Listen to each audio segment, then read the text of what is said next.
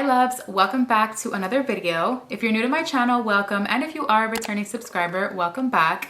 As you guys can see from the title, today we're going to be talking about a topic that I feel has been on a lot of people's minds lately.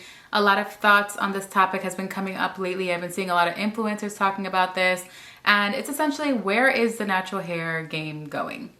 Is the natural hair journey even worth it anymore? Are we still doing it? Do we care about our curls anymore? Let's talk about it.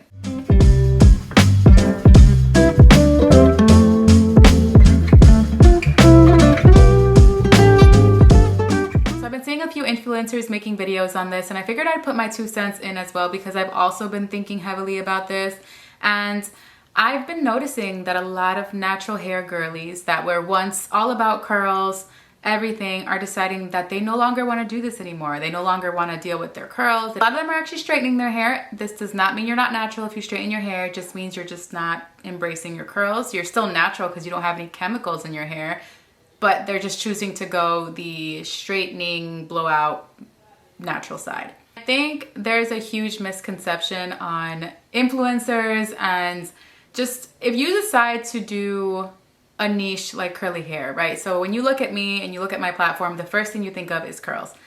When you put yourself in the curly hair space, it leaves space for everyone else to comment, to judge, to put their 2 cents in, because I feel that you guys also feel like this is your hair. Like, you guys started with me from the beginning when my hair was super short. Even when it was damaged, you guys were there. When I did my big chop, all of the learning that came along with having my hair look like this, you guys were a part of. So I can honestly understand why my followers, my subscribers would be attached to my hair. I'll start by saying I have no interest in no longer not being a curly. I probably will be a curly for quite some time.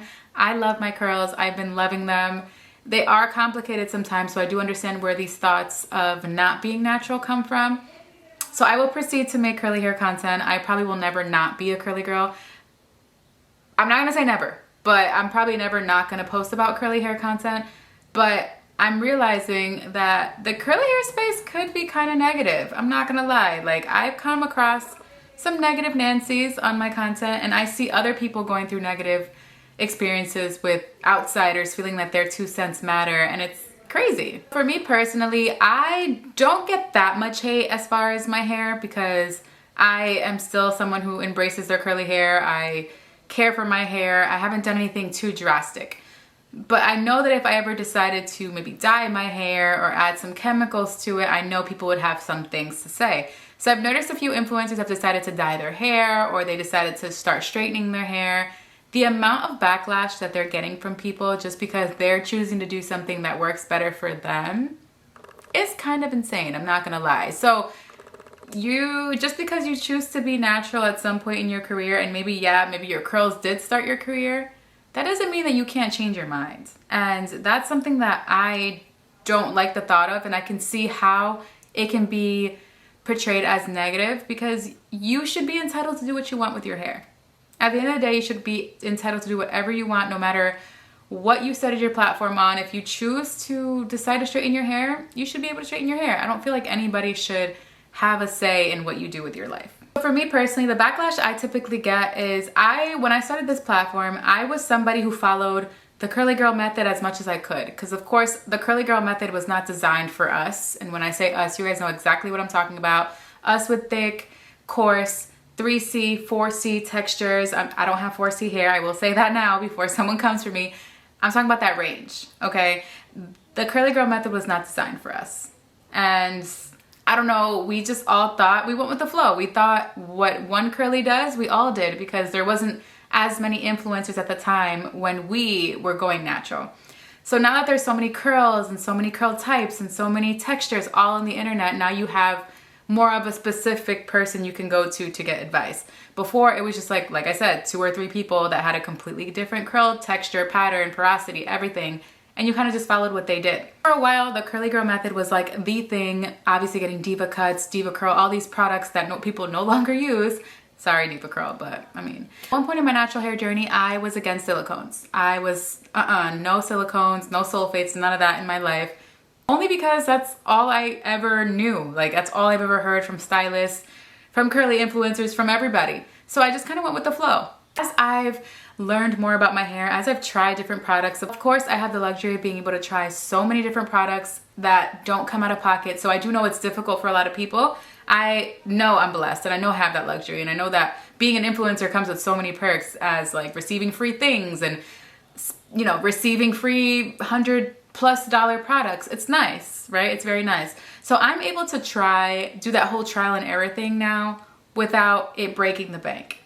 So I have been able to try different products that, you know, maybe are not curly girl friendly, but they work for me. And I'm now realizing my curls love silicones. They don't hate sulfates.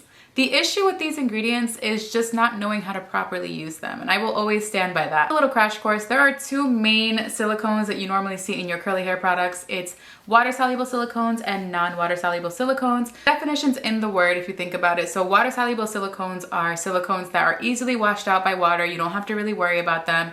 Pretty much they're safe to use for curly hair. Now, I think they're still not curly girl friendly, but they're safe to use because with water, it comes right out of your hair. Now, non-water soluble silicones kind of just create a film on your hair, so that you have to like really clarify your hair, aka using a clarify shampoo, remove any buildup or any silicone left on your hair. That's pretty much it. So the issue with silicones is not knowing how to properly use them, because we were so conditioned to be scared of using shampoos, which is just mind-boggling that at one point in my life I really thought I should be washing my hair with conditioner, because my hair is just not that type of hair. If you have low porosity hair, high density hair, I don't even want to know the type of buildup I had in my hair for weeks, thinking that I was doing the right thing for my hair. But it's just because the knowledge was not there. There was not that many influencers with our hair type creating content. So now there's an abundance. Like, there's an abundant amount of curly girls and curly influencers, curly guys, curly girls all over TikTok, Instagram that you can learn from. So what I'm realizing now is that a lot of people are just tired. They're just tired, and it's okay to be tired. It's okay to want to switch it up. It's okay to not want to continue to do wash and goes and twist outs and braid. Like, it can get tiring. It could get tiring, especially when you're still trying to love your hair in its natural state, and you're just like, you try every method, you try this, you try that, and since you started your platform on that, you kind of feel obligated to stick to it. I don't think people should feel obligated to do that. I think people should be entitled to do whatever they want with their hair. Nobody is telling you to do exactly what that influencer is doing. Like, nobody is telling the consumer, hey, what this person's doing, do it. That's why I will never tell you when I show you things, oh, this is what I do with my hair, this is what I do with my hair. I will never say you have to do this. I think that outside voices have been like really getting into these influencers and getting into the natural hair space, where people are just getting sick of people's opinions and they just want to do what works for them. And straightening your hair is not a bad thing. It's not a bad thing.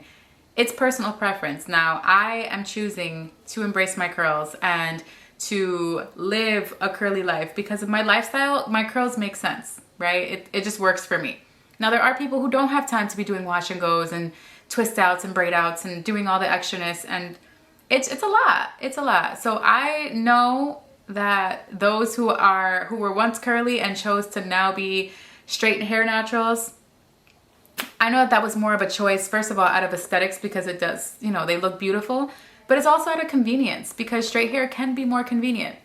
You know, it could be more convenient depending on your hair, but I digress. I will say is I don't think natural hair is dead. I think people are just starting to realize that hair really is just hair for some people.